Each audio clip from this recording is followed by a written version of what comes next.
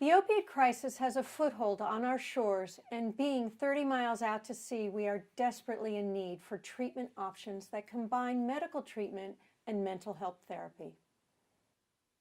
The patients that we see, quite frankly, addiction is an equal opportunity problem. We see patients that are fabulously wealthy. We see patients that are sleeping in their cars.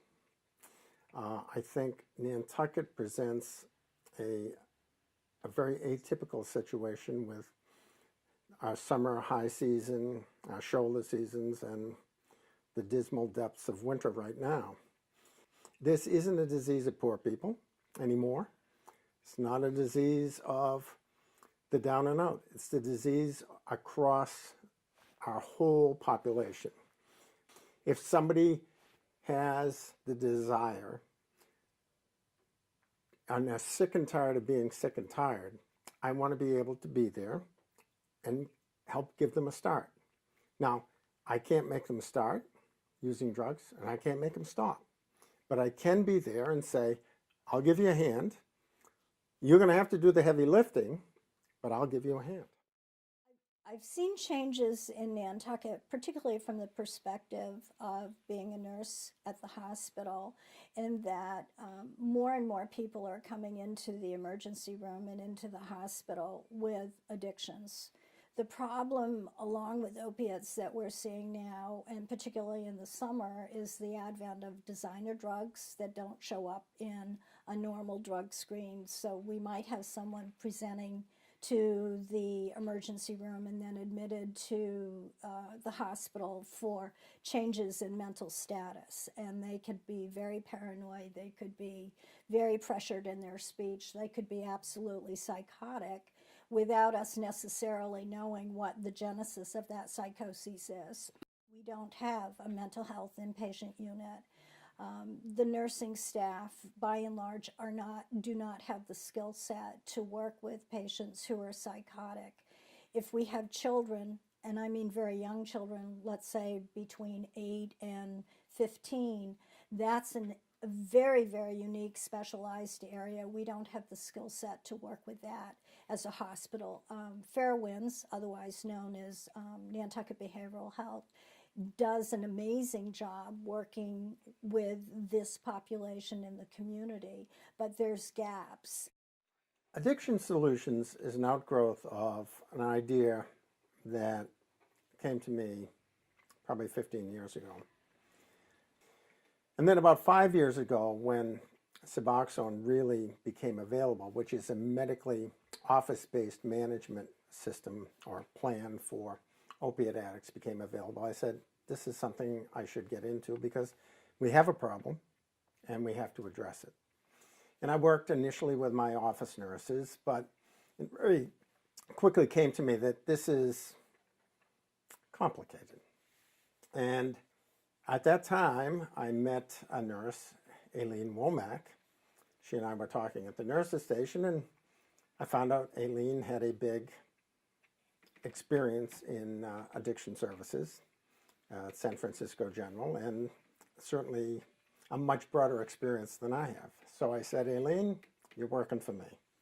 And Aileen and I see patients in my office, and we are providing Suboxone medically office-based management of opiate addiction. When Tim originally conceptualized starting this, he jumped into the deep end of the pool and worked very closely with Nantucket Behavioral Health. And the idea at that time was they would do the initial screening and provide the counseling and the therapy, and Tim's practice would provide the primary care and the opiate addiction management through Suboxone. We have kept the practice pretty much around 30 to 50 patients, not because we aren't licensed to carry that many, but because we haven't had the therapeutic support that I think is really, really necessary to get into the lives of these individuals. The therapeutic community has been absolutely outstanding in supporting us. So has Fair Winds, which formerly was Nantucket Behavioral Health. But it hasn't been enough, and we access the Narcotics Anonymous, NAA. We will use every support system that we have available in order to put together an individualized treatment plan for the person that's in front of us. Sometimes it works and sometimes it doesn't. One of the things that I have wanted to do, along with growing the practice, is to have an on-site therapist. In dealing with addiction, we're dealing with a three-legged stool. I'd like to think of the Greek word for it, but I can't. It's a three-legged stool. One part of it is the medication. One part of it is the evaluation that Aileen Womack and I do. And the third part of it is the mental health issue. People have persistent addictions, I believe, drug and alcohol, around issues of fear and shame. I think that it is very important for people to realize, one, they're not alone. A large number of people, they're not different, they're not bad people, they're not alone. So they have to understand that. They have to understand sort of how they got to where they are, and perhaps getting some leadership in how they can get beyond where they are, and perhaps get beyond addiction, beyond Suboxone and the rest of it. So I think the mental health part of it is extremely important. And that, quite frankly, on Nantucket is very difficult to obtain. When I see a person, I have essentially a 15-minute appointment, and I'm looking at that individual in terms of prior appointments and what our plan of care is going to be. And I use a cognitive behavioral intervention based on the mnemonic is frames. And basically, I'm looking at that individual. I'm asking them to give me feedback from how they have been in now compared to the last time I saw them. That's a very different model than sitting down and talking with somebody about a crisis that's going on in your life that may be influencing your drug dependence at that point or your alcohol dependence at that point. I am a registered nurse. I have a counseling degree and I have a master's degree.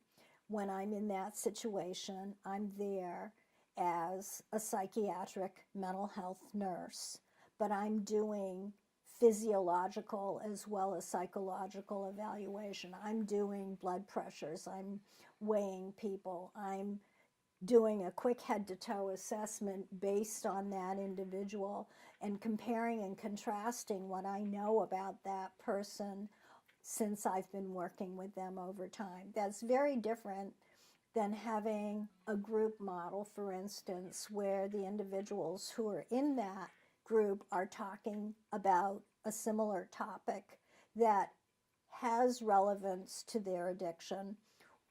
So both having individual crisis counseling and group counseling available supports the medication-assisted treatment that we're doing, and that's how it supports each other.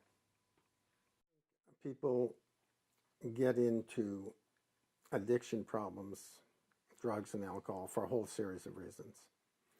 I think they eventuate in feelings of fear and shame, inadequacy, and I think them drives people to seek solace in drugs. It may be inadvertent at the start, stealing some Percocet from your mother. It may progress to smoking some Vicodin. It may involve stealing Xanax. And it may involve eventually, because the government has raised the prices of pharmaceutical grade medications, and so the heroin dealers understand economics and they just cut the price. So people become addicted. They have cravings for the medication when they can't get it. And that drives them into a sort of the circles of hell, because it leads to a very unhealthy existence. When you're focusing on your next administration of medication, and that's the biggest thing in your life, you can't lead a normal life. Some people are, weekend addicts. Well, you know what? That's a pretty slippery slope. And before long, they're going to be full blown. So these are the things. I think people get into these deep, dark places.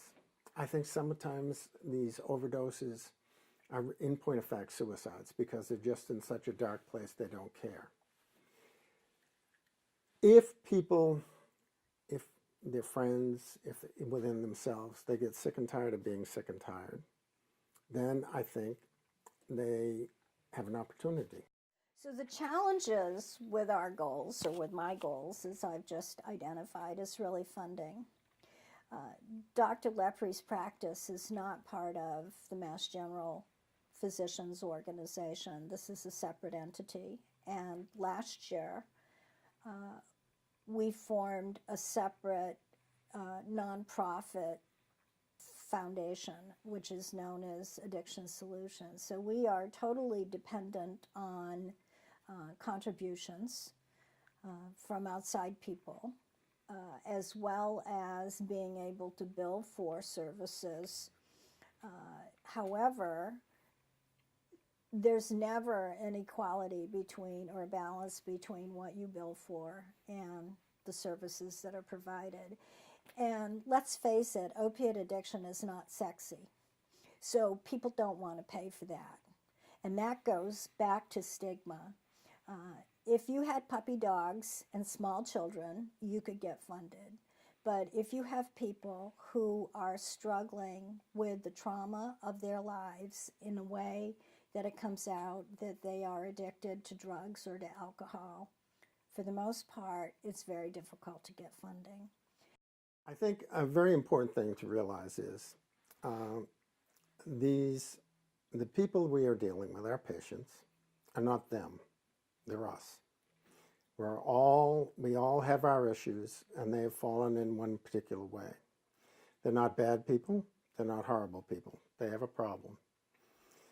If you had a broken leg, I don't care whether you're the bank president or sleeping in your car, we fix your leg. If you have an addiction issue, I want to be able to take care of you. It is an equal opportunity problem.